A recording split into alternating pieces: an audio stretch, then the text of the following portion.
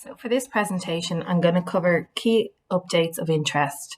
These were taken from any people that attended on the day, submitted with their registration, any particular areas that they were interested in hearing more about, and we've tried to cover them within the other existing presentations, and where they didn't fit well, I've tried to touch on them here in this presentation with some very quick, brief updates. What I plan to cover today, firstly, Brexit. Secondly, active substance for veterinary medicines, organisation management services known as OMS, and then we got some queries around medical devices, and I'm just going to provide some clarification around who deals with them. So firstly, we'll look at Brexit. So Brexit, the first thing I'm going to touch on is new procure and supply only wholesale applications. Then we'll look at some national amendments that have occurred recently in relation to exempt medicinal products, or EMPs. And then we're going to touch on the Northern Ireland Protocol and how those recent amendments to EU legislation has impact on us here.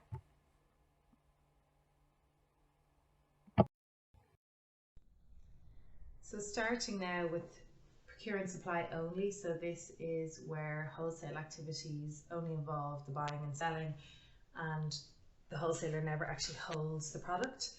So we're seeing an increase in applications for this type of wholesaler, and the same few issues and queries arise during these applications. And so I thought I'd cover the four main queries we get on this today.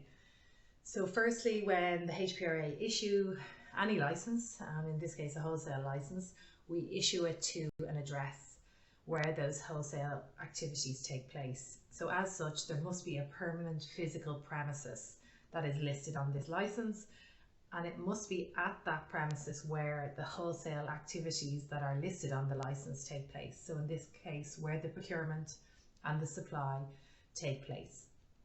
In order to do those activities, the expectation is, through legislation and the GDPs, that the wholesaler has the appropriate equipment available to do that. So in the case of procure and supply only, that might be a laptop, and also that they maintain records at the site. So they must be accessible at the site also.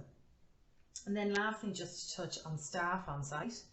So we do expect that there is one permanent staff member that works at the permanent physical premises. And that person must be someone who has a good understanding of the day-to-day wholesale activities that occur there.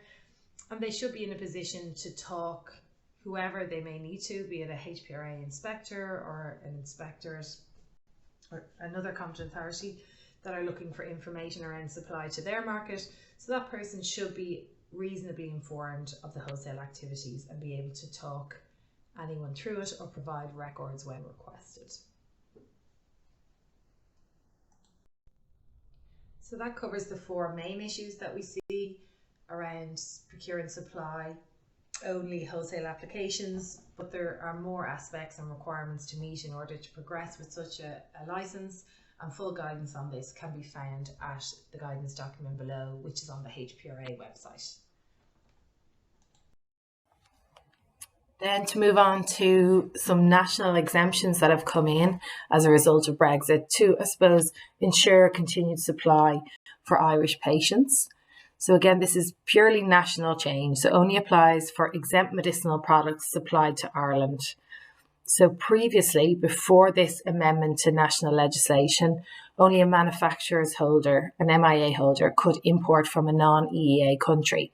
Obviously, after Brexit, the UK is now a non-EEA country, and so this brought up some difficulty in supply of EMPs, given that quite a large percentage of exempt medicinal products come to the Irish market from the UK. So an amendment took place to the national regulations back in 2019 that permits the import of EMPs by Irish wholesalers. So they don't need a manufacturer's authorisation. I should emphasise, EMPs are medicines that are not authorised in Ireland and for supply here in Ireland. They can't be onwardly supplied anywhere else. So the reference under European legislation is they're medicines that are supplied under Article 5.1, which refers to exempt medicinal products. Then lastly, on a more kind of European level, we'll look at the European directives amendments that have occurred as a result of Brexit, and more specifically the Northern Ireland Protocol. So in order to prevent shortages of medicines and ensure a high level of public health protection, Directive 2001/83, which is the main human medicines directive, was amended to provide for derogations for medicines that are supplied to the smaller markets that have historically been known to be dependent on the UK for supply. So these are Cyprus, Ireland, Malta, and Northern Ireland. And so these derogations can be applied for and put in place for products that are coming from the UK or through parts of the UK other than Northern Ireland. So what are these amendments? So for authorised medicines for supply in Ireland, first, we'll look at an amendment that happened just recently enough in April 2022. And it again amends the main Medicines Directive 2001/83. And it provides derogations from certain obligations for medicines made available in these small markets. And obviously what we're interested in today is Ireland. It's important to note that these amendments have an end point on them, so they're temporary. They last until the end of 2024. And importantly, they're not something that, you can read the legislation and decide that that fits your supply chain and you can avail of it. You actually have to apply for the derogation to the HPRA in advance of implementing it. And the reason for this as well, first of all, we'll check that you meet the criteria that's set out in those amendments in order to apply the derogation to your supply chain. But also we must in turn publish a list of the medicines which have availed of these derogations and also notify the European Commission of them. So that's a requirement placed on the competent authorities in those small marketplace member states, so that we keep the European Commission informed of progress in this area. So there's a lot of these derogations there that apply to various parts of the supply chain around batch testing, batch release, but I've just pulled out the one that I suppose is most relevant to Irish wholesalers to discuss today, and that's Amendment to Article 40 of 2001/83 EC, which now permits an Irish wholesaler to import from or through parts of the UK other than Northern Ireland without an MIA in a very specific set of circumstances. And I've listed some of those below here, but there's more than this than I've set out here in the legislation. And importantly, really only the MAH could confirm that a product meets these criteria. So the one that should be of most interest to wholesalers, should an MAH approach you and ask you to receive stock straight from the UK, to be aware, I suppose, that they may be doing it under this derogation. But of importance to know is that anything you receive under that derogation can only be made available to patients or end users in Ireland, or the state into which they're imported.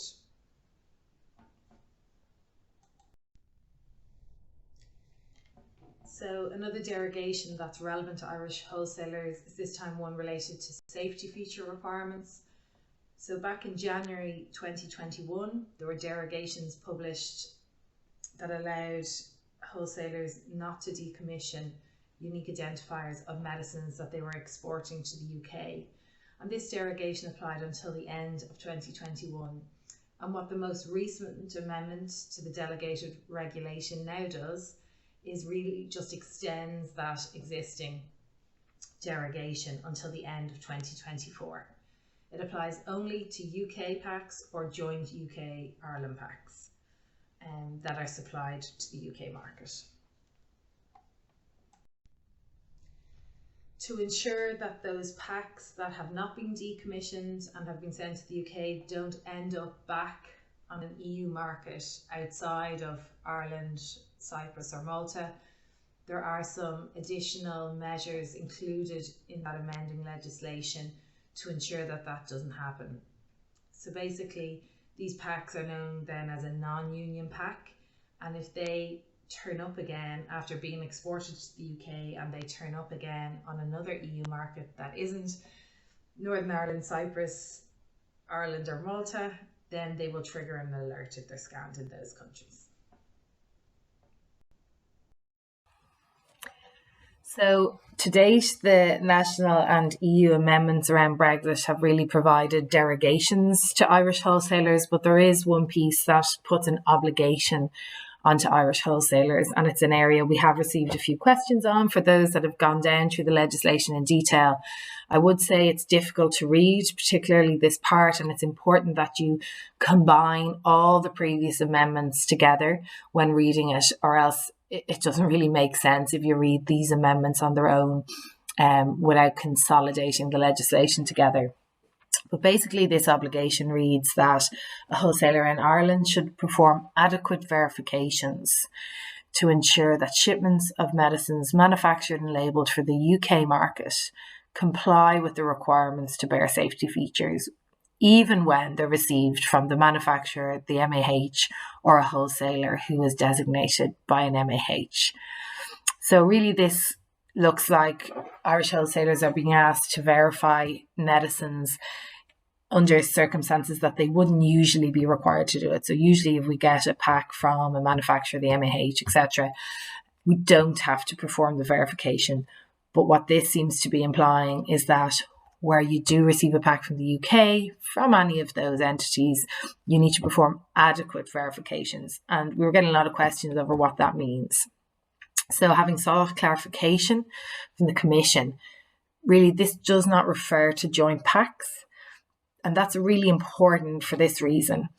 Those packs are considered packed for the Irish market. So they're joint UK-Irish packs. Therefore, it doesn't meet that definition of products manufactured and labelled for the UK market.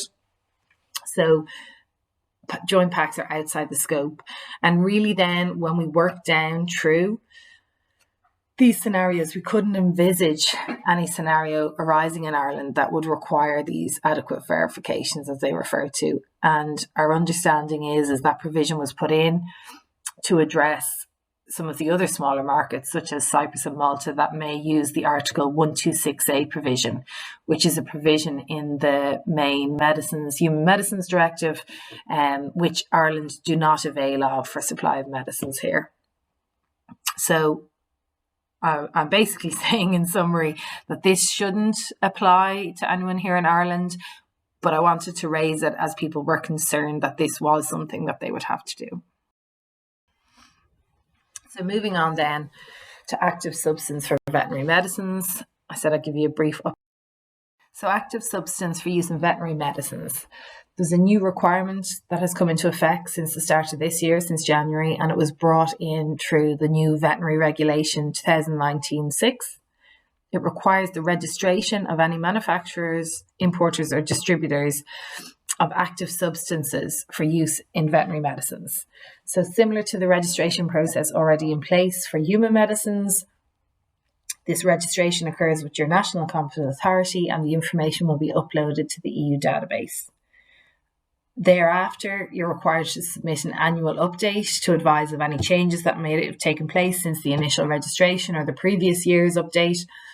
And in the case where any change you feel may have an impact to quality or safety, then an immediate update is required. And following through on that registration, there's an obligation then to only source from registered manufacturers, importers and distributors. So GDP guidance for active substances. So the implementing regulation 2021-1280 on GDP for active substances used as starting materials in veterinary medicinal products is now in force. It's pretty identical to the existing GDP guidelines for active substance for human use with some small changes. HPRA will conduct inspections of importers and distributors against this implementing regulation on GDP. And we do plan to conduct initial and ongoing inspections of importers and distributors in accordance with our risk-based inspection planning programme. Just a reminder that different to the human medicine side of things, the wholesale of finished veterinary medicinal products is not regulated by the HPRA. That's by the Department of Agriculture, Food and the Marine. So just a reminder. Then moving along to Organisation Management Services, or OMS. Just a brief update on this, as we did get a lot of queries on this through the registration. So to start at the beginning, there is a system or a database called SPORE, and SPORE is a data management service operated by the EMA. It has 4 subdomains, and they are substance management, product management, organization management services, which relates to sites, and then referentials management services, which refers to different type of dosage forms and routes of administration.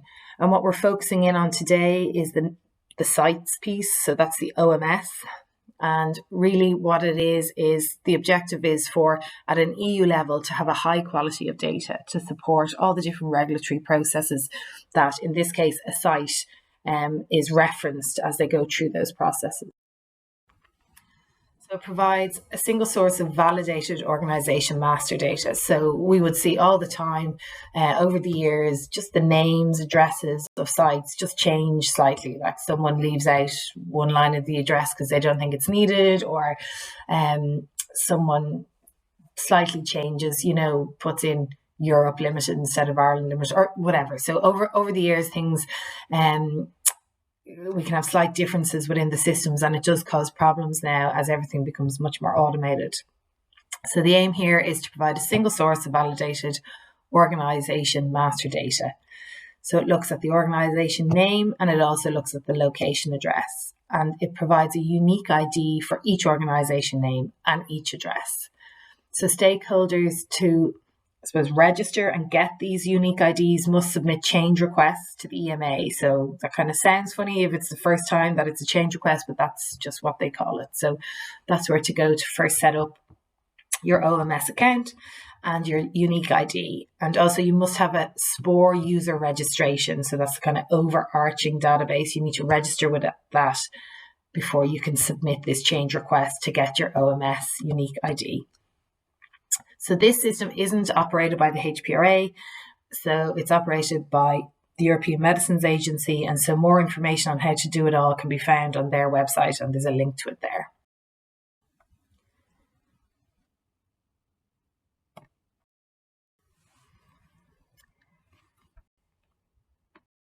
Then it's the exact same for active substance registration. I won't go through it all, but basically the same unique ID for the same people, and then for the same activities there under the implications heading.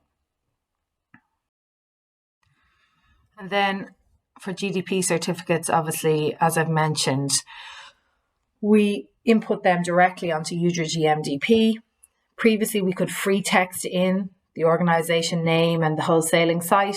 That's no longer an option, and we must select a pre-existing site from their database. And that's why you must have that OMS unique ID in the system before we can do anything further. So a new wholesale application, a variation to an existing one, or if your GDP cert is up for renewal, then we need to have that unique ID available in order to progress it. It's in force since the end of January this year. Like I said, no impact right now for existing documents, but any changes that come up will require it. So then just moving on lastly to medical device, to give an update on a change of organisational structure within the HPRA. HPD no longer perform medical device distributor inspections. There is now a standalone department for medical devices, and so they have taken all activities related to medical devices within that department, so that includes inspection now. The contact point for queries, including any queries on the new medical device regulation, is devices@hpra.ie. On the HPRA website, there's a lot of information. There is a webinar recording of the implementation of the MDR and the IVDR. There was also an IVDR specific webinar on the 9th of May. So thank you for listening, and any queries on anything in this presentation can be sent to compliance@hpra.ie. Thank you.